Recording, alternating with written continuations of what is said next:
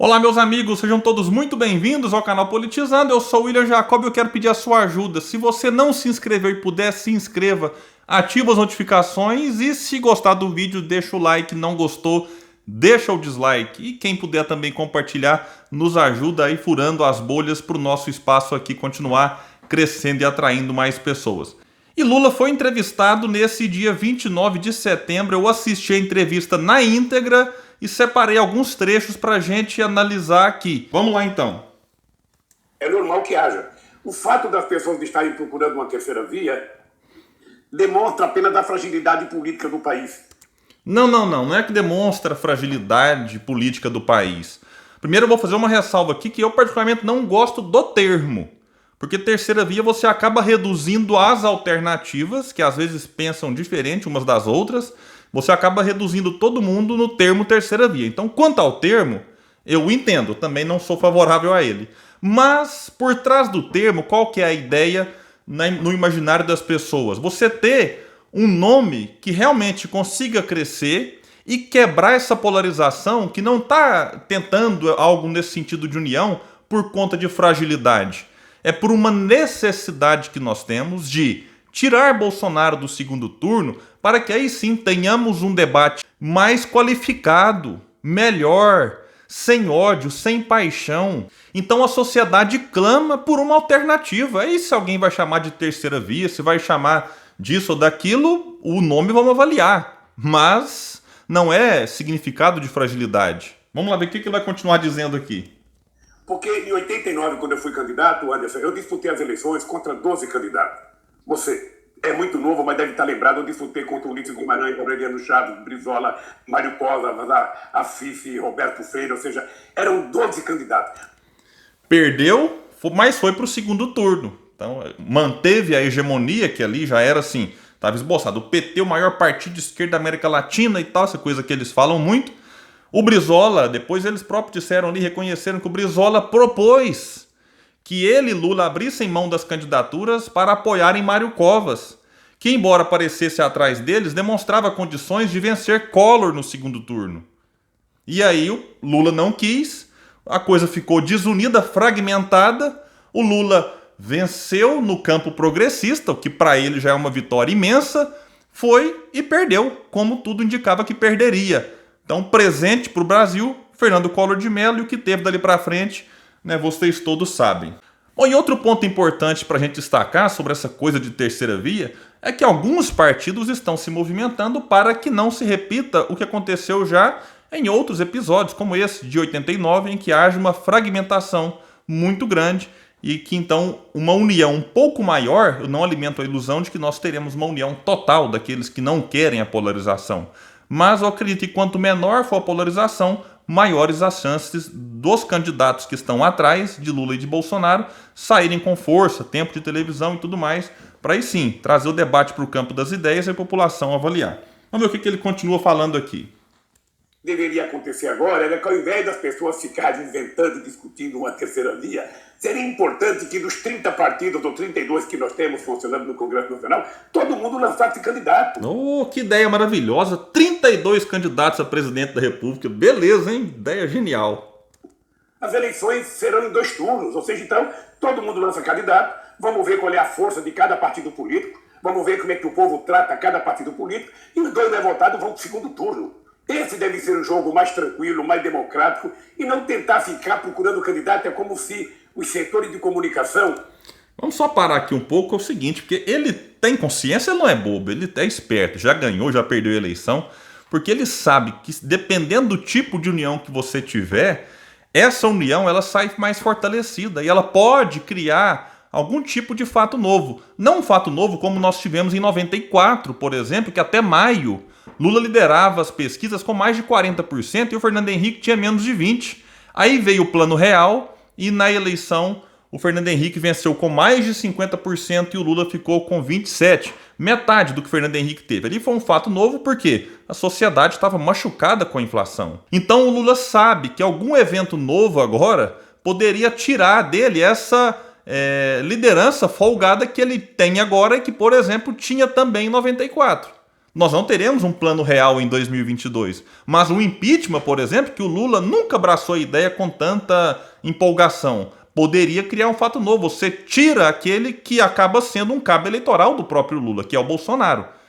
E se tivermos uma união em 2022 em torno de menos nomes, isso pode passar para a sociedade essa ideia de que, opa, esse candidato aqui conseguiu colocar em torno dele outros políticos e outros partidos, e aí sim a gente pensar, puxa, eu preciso sair fora desses dois que polarizam aqui, sem ideias, sem projetos de país, apenas projetos de poder, e aí a população migrar para esse outro candidato e criar uma onda deste que, no caso, hoje é o Ciro Gomes. Está em terceiro em todas as pesquisas, então é o candidato com maiores chances de trazer para a torno de si voto útil de quem está atrás e também voto de quem está na frente, que está com um porque não quer o outro.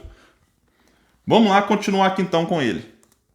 Estivesse fazendo um vestibular para ver quem é que vai disputar as eleições para presidente. Isso diminui a política. Diminui a política. Todos os partidos que querem procurar uma terceira via deveriam lançar o seu candidato. Quando ele fala aqui de vestibular, com essa certa ironia, ele talvez está se referindo aos debates que estão acontecendo, por exemplo, da Globo News, com o Ciro Mandetta e Alessandro Vieira, o Estadão promoveu 2 com o Ciro Mandetta e Eduardo Leite, e eu particularmente vejo esses debates assim, com uma grande animação, porque é importante debater as coisas. Eu acho que um dos erros, né, que a gente está tendo das últimas eleições para cá é você encurtar o período de campanha. Você diminui a possibilidade e vira um Deus nos acuda de tentando conciliar debates e entrevistas. Então eu acho que quanto mais debates, melhor. E eu inclusive valorizo a iniciativa da Globo News e do Estadão, por exemplo, de colocar um candidato como o Ciro Gomes, que tem propostas que nem sempre agradam aqueles que fazem parte da elite financeira e que influenciam nesses meios de comunicação. Então isso por si só já é algo a ser comemorado, quando eles consideram o Ciro Gomes, sim, uma alternativa para o país. Então é necessário a gente ter muita calma, para que a gente não comece aí a demonizar essas iniciativas de debate, tentando reduzir tudo isso a umas simples provas de vestibular para ver quem passa e consiga chegar em 2022. Não, a candidatura do Ciro está posta. Se tem partidos aí vendo qual vai ser o nome mais viável, problema deles. Bom, e vamos para um outro ponto aqui que ele vai falar agora especialmente do Ciro, porque foi indagado ali por um jornalista. Acusações ao PT. O comportamento do Ciro está levando o Ciro para o isolamento. Eu não sei quem que ele está querendo agradar nesse instante. Não, ele quer agradar quem está realmente precisando. Ele não quer agradar a elite financeira, não quer agradar aqueles que lucraram muito no seu governo. O Ciro não está indo para o isolamento. Essa é uma leitura que eu considero equivocada. Se ele ficará isolado em 2022, pode acontecer. Em 2018 ele ficou, por exemplo, com um pequeno avante, porque você, Lula, tirou dele o PSB, sacrificando Marília Reis em Pernambuco e sacrificando Márcio Lacerda em Minas. Esse sacrifício nos deu de presente, eu sou de Minas, sou de Uberlândia, Romeu Zema. Porque o Márcio Lacerda, eu acho que ele teria grandes chances de ir para o segundo turno e talvez vencer o Zema lá, ou, caso tivesse ido para o segundo turno, o Anastasia. Isolamento, o Ciro tem tido um trânsito muito interessante, dialoga desde o PSOL, com o Boulos, Juliano Medeiros, até, por exemplo, o DEM, ou o Datena, que está nesse momento no PSL, e tudo indica que de saída. Então o Ciro tem a simpatia de políticos importantes dentro do próprio PSDB, Tasso Gereissati é um deles. O Ciro tem a simpatia de gente da rede, Heloísa Helena, Marina Silva, Randolfo Rodrigues.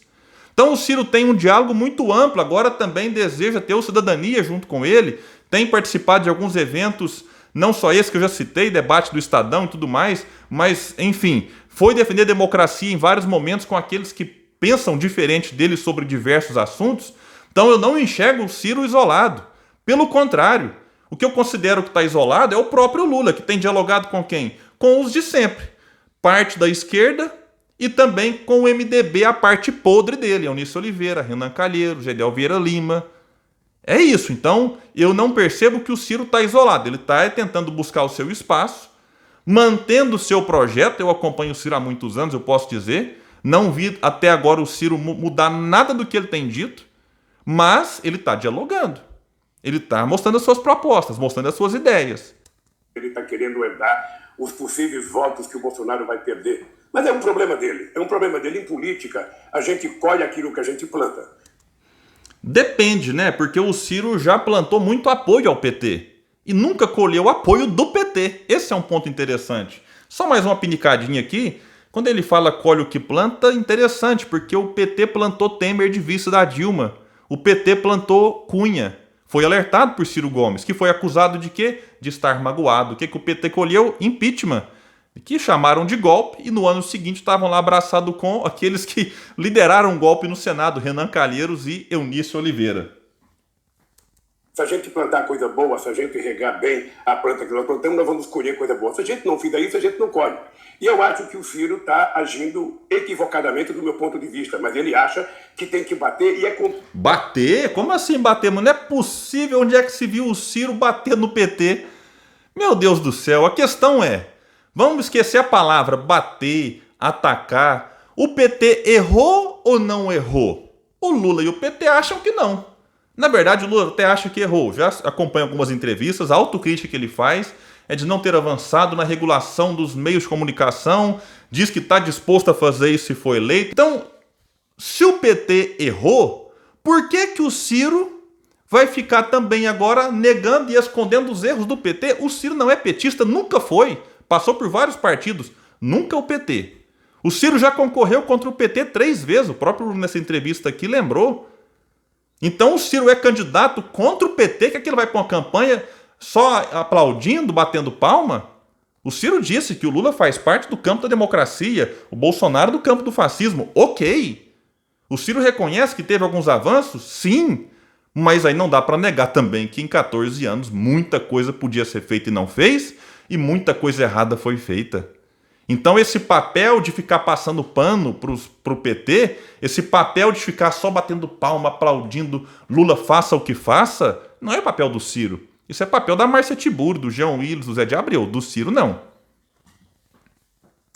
Preciso, viu, Pedro? Pelo seguinte, os adversários do Neném, aqueles que defendem o Neném, eles têm a seguinte ideia. O Bolsonaro está morto, coisa que eu não acredito, porque quem está na presidência nunca está morto na política, pode se recuperar, porque tem a caneta e pode fazer muita coisa. Bom, aqui eu concordo, porque de fato, né, a gente não pode achar que quem está morto hoje vai estar morto ano que vem, e nem quem está liderando hoje estará liderando ano que vem. Isso é bom lembrar também.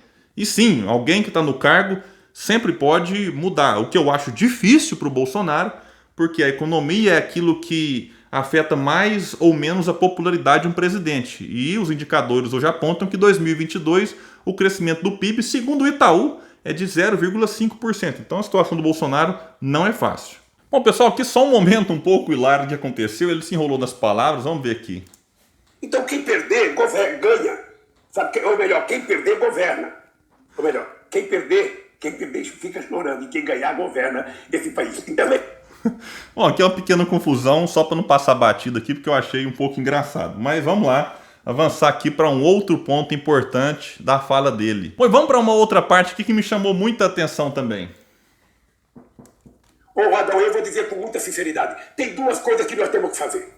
A primeira é que eu aprendi que o pobre não é problema, o pobre é solução. Quando você coloca o pobre no orçamento, que ele começa a ter um pouquinho de dinheiro, que ele começa a virar consumidor, que ele começa a comprar o que comer, o que vestir, que ele começa a poder comprar uma telha, um saco de cimento para reformar a casa dele, a economia deslancha. Esse foi o milagre que nós fizemos nesse Brasil, colocar os pobres dentro do orçamento. Por isso eu queria terminar essa primeira pergunta dizendo o seguinte, Adão, a solução para o Brasil é colocar o pobre no orçamento da prefeitura, no orçamento do Estado e no orçamento da União, e colocar o rico no imposto de renda. Porque rico não paga imposto sobre lucro e nem sobre dividendos. Ah, não. Quando eu vi isso aqui, eu falei, não acredito. É impressionante, assim, porque colocar o pobre no orçamento. Ele fala isso aqui sempre. Quando a gente vê no Twitter lá, alguém fala, não, o Lula não tem acesso ao Twitter. Beleza, eu não quero nem dizer se tem ou se não tem. Pode ser que ele tenha também, mas lá vai ter uma equipe que cuida. Tem hora que até coloca equipe Lula. Aqui eles pegam um trecho dessas falas dele aqui. Então essa coisa do pobre no orçamento, ele fala isso em quase todas as entrevistas. E meus amigos, quando ele fala em taxar lucros e dividendos, eu acho até engraçado. Alguém pode pensar, não, William, porque não deu tempo. Puxa vida, 4 mandatos e não fez? Alguém pode pensar, não, é porque ele não teve apoio para fazer isso.